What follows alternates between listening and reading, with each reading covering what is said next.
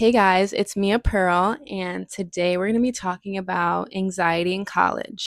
I am a very anxious girly. Okay, I've struggled with anxiety for as long as I can remember, and I've also been in college for 5 years. I'm going on my 6th year now. I'm in grad school. This is my last year. Thank goodness. And I've made it through. All of my tips might not work for everybody, but for me, I think the best thing for these kinds of things is literally to just trial and error, throw things at the wall rapidly, see what sticks.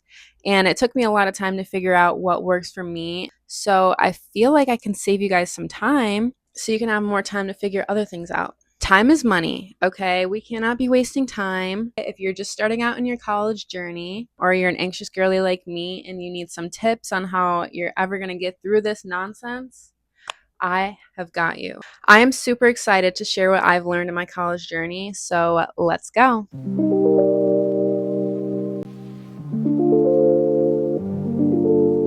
College is hard. College is anxiety provoking, and it's an adjustment for most people, I'd say. You are not alone, trust me. Tip number one is going to be extra preparation. When studying, no matter how you study best or who you are, the key to retention is literally going to be to connect the concepts you've learned together. The umbrella term, you're going to connect everything under it, all the topics together in some way. Now, figuring out how you study best is going to be a struggle for a lot of people, especially coming from high school, because you don't need to know how you study best in high school. You kind of just need to complete assignments. It's not like mandatory, I would say. But for college, I guess depending on your major, but for college exams, it is kind of the norm to have to know your study style and how you study best. Now, I can't tell you what that is for you, what your study style is, but I can tell you to connect the concepts together and become an expert in whatever you're studying. What I started out doing is using every single study style, or at least as much as I could combine or fit in before the test. A good one is to pretend that you're a teacher. Teach one of your friends who doesn't know what you're learning, or even like your classmates. I think that's a really good one. You're going to be answering questions of someone who doesn't know the concept yet, so you're going to be able to solidify that stuff into your mind. And honestly, it gives you the confidence with material that you don't completely know yet. It's to say that you know it and you can teach somebody else. So on a test, you're golden. Also, you've probably heard it a lot, but give yourself enough time to study. Do not procrastinate. I will so recommend to you studying small amounts of material over a larger amount of time rather than just cramming things in, because you're not going to retain that information. You might memorize it for the test, you might do well on the test, but you're not going to retain that information. And then also prepare for everything. I've heard students so much say, like, oh, I hope I get this professor, I hope I get this case study, blah, blah, blah. Like, literally prepare for all outcomes, especially if you're an anxious person like me. I can't be like sitting there before the test, like dreading, oh my gosh, like if I don't get this person, I might fail. Literally just prepare for all outcomes. You're going to feel better in your mind if you just know no matter what, you've got it on lock. You can sit and breathe, and you can just take the test and just know that you've done well after it. And that's the best feeling, to be honest. Okay, my next tip, friend groups are in and out, okay? Especially the first ones you meet, like ever in your college experience. I can't even remember the first people that I started talking to. College is just like a hub for new experiences and doing whatever you want, going wherever you want, like just exploring. Everybody is not going to stick around. People are going to be moving here and there. What I would say is to just focus on your own happiness, your own fun, your own success, because you're in college for a reason, and you will never have that many resources compiled and just like pushed at you for the rest of your like professional life. Really take advantage of that and kind of be a little bit selfish. I'm not going to say don't care about other people, obviously, but college is for you. This experience is for you to explore yourself, pretty much find yourself. Sounds kind of cheesy, but it's true. This is your experience, your opportunity, and you're paying a lot of money to be there, potentially. It's too easy to get wrapped up in drama and all these different kinds of things, and I've seen it. It's going to stress you out. It's going to take away from your time, your success. So I would just say avoid it. Literally be yourself and focus on yourself, and people will come to you no matter what. So it's kind of better for you in the long run, if I'm going to be honest. This next tip is something that I've just started doing now that I've got like kind of a handle on my course load, I guess. It's prioritizing balance. Okay, balance. Honestly, I didn't even realize how important this was until I started doing it. My life, I can't even tell you, it just got so much better, so much happier. Obviously, I've been going out like my whole college experience, which is part of it. Just like finding time to do your own thing and have fun, make new experiences, meet new people is super, super important. But also, like even when studying, take the time to change your scenery, go to different coffee shops, outside to parks, study by trees. Just change up your regular routine and it's going to make all the difference. I find journaling really helpful. I find going to the gym really helpful. Yoga, just all these little different things to calm your mind. So you're doing healthy things for you. You're putting in time and effort for yourself. Also, like self-care, different self-care things that you can do and build into your week. On a random Monday, you had a long day at school. Do some self-care. Do a face mask, put on some TV. This is your life also. I think a lot of people, especially me, struggle with like in college thinking once these years are over and I start working, that's when I can start being who I truly want to be. It literally can start now. You start doing the exact things that you want to do, and then you can carry it over into after you graduate.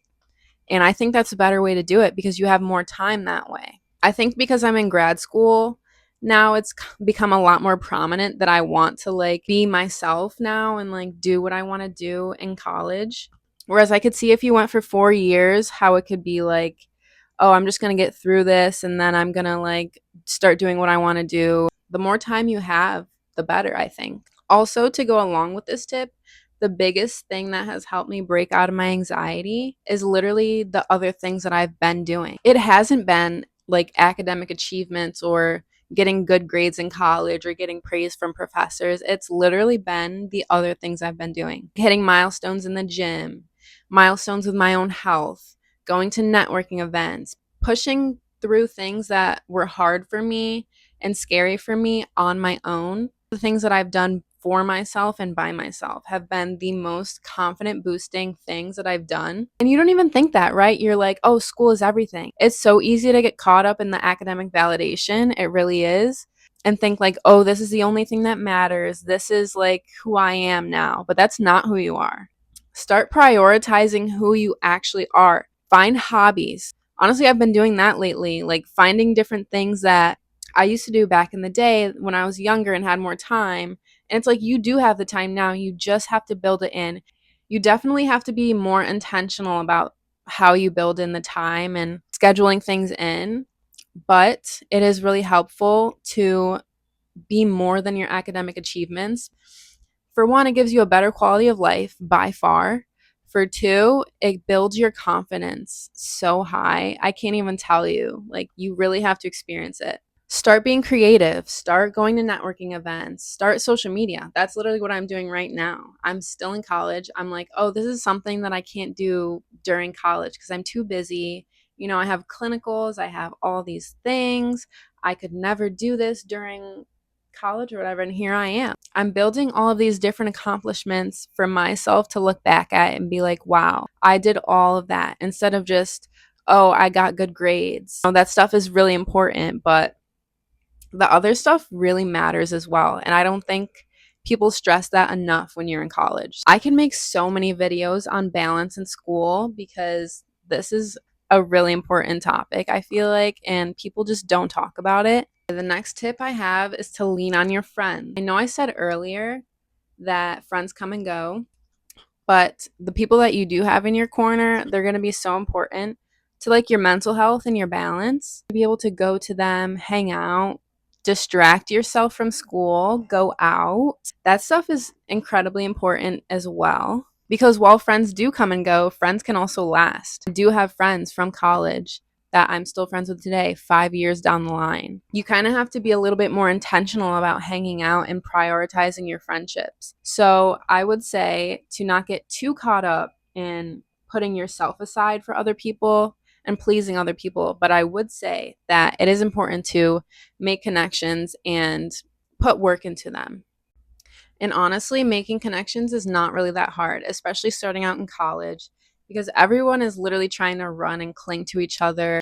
If you are having a little bit of trouble, I would say your best bet is to join clubs because everybody is there for the same reason. Join something that interests you and just go out to their club meetings and see who you meet, honestly, and just stay open minded. Stay super open minded. All right, my next tip is to just do it. I struggled and I still struggle so hard with perfectionism in my assignments. This made me turn my assignments in late. This made me just get off track and procrastinate, and that's not good. Okay? Procrastination is something we want to try to avoid as much as humanly possible. I know it's hard. It's so hard not to procrastinate. What you're going to do is slap 5 minutes on the timer. Okay? You're just going to put the assignment in front of you. And for these 5 minutes, you are going to dump from your brain whatever you think could go on this assignment, right? And then after the 5 minutes, the hard part is over. The hardest part is starting these things. And once you have a handle on it and you have words written down, you can decide to keep going right then and there, or you can take a little break and then come back to it. But now your brain is not going to be like, oh my gosh, like, I don't know what to put for this assignment. You've already started.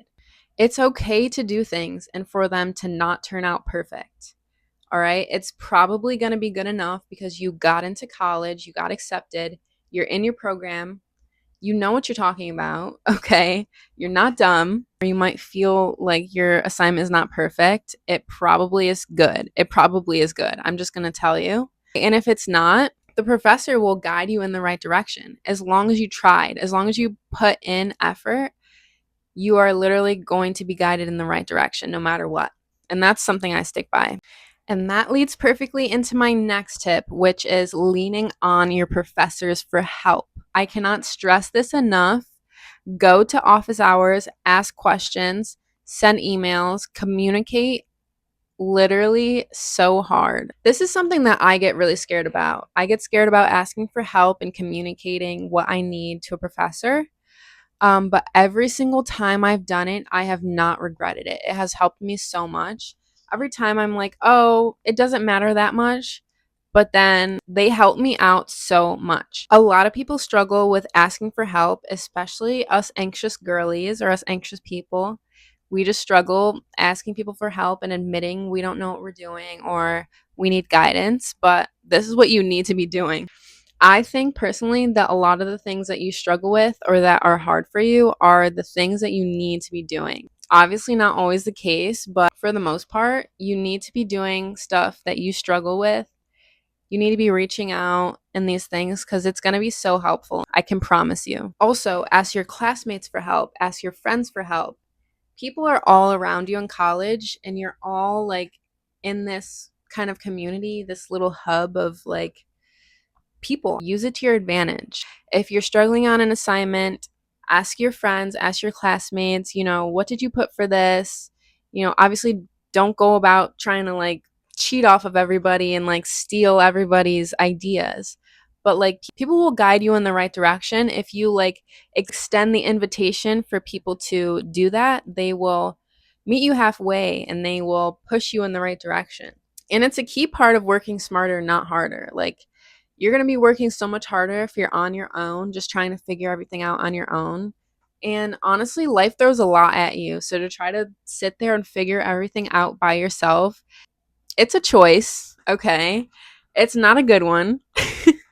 That was all my tips. I hope you found this video helpful. If I helped at least one person in their college journey, I'm all set. I feel good. I also have so many more tips that I can share and so many things that I can talk about. So just let me know. Make sure to subscribe and give my social media a follow. I have it before and after all my videos, and then I have it in my bio, and then I'll probably put it in this description as well. But yeah, I enjoyed making this video. Bye, guys.